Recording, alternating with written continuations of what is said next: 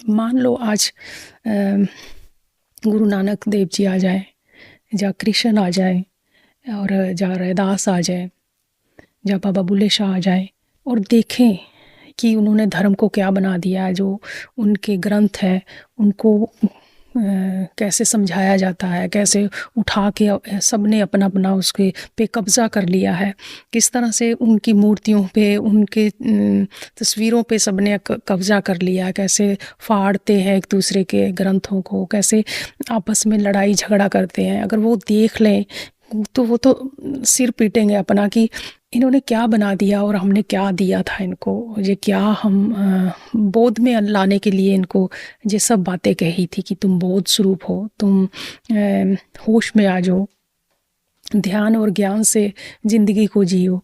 लेकिन हमने जो धर्म को बना दिया है, सब अपने अपने नाम की दवाई धर्म की पिला रहे हैं।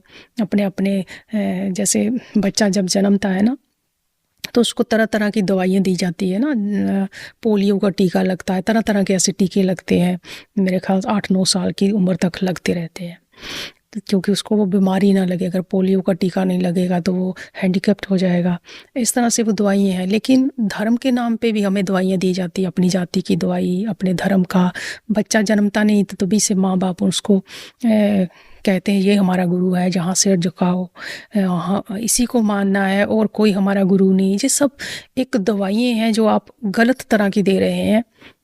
आप उसको हैंडीकैप्ड कर रहे हैं, आप उसको जगा नहीं रहे हो।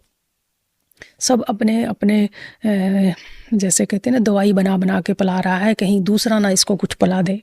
लेकिन हमारे संतों ने, हमारे सूफियों ने अपने अपनी ये दवाई पिलाने को नहीं कहा, लेकिन एक दवाई है जो उन्होंने पिलाने को कहा है, आत्मज्ञान। बोध स्वरूप हो तुम, आत्मज्ञानी बनो।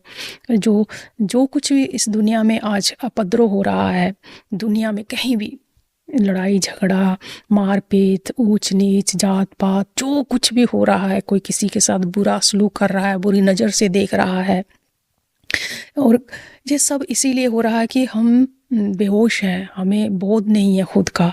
हमें आत्मज्ञान की दवाई किसी ने नहीं दी है।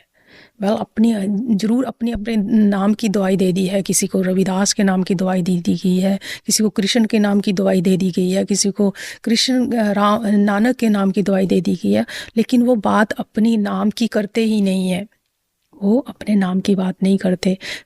सबने अपना अपना जैसे स्टैम्प लगा दी है अपने बच्चों पे, अपने पे, कि हम इस जाति से हैं, हम इसी गुरु के ग्रंथ उठा के पढ़ेंगे, दूसरे को हाथ भी नहीं लगाएंगे। जिन नफ़रतों से जब तक हम भरे हैं, हमारा मन कभी शुद्ध हो ही नहीं सकता।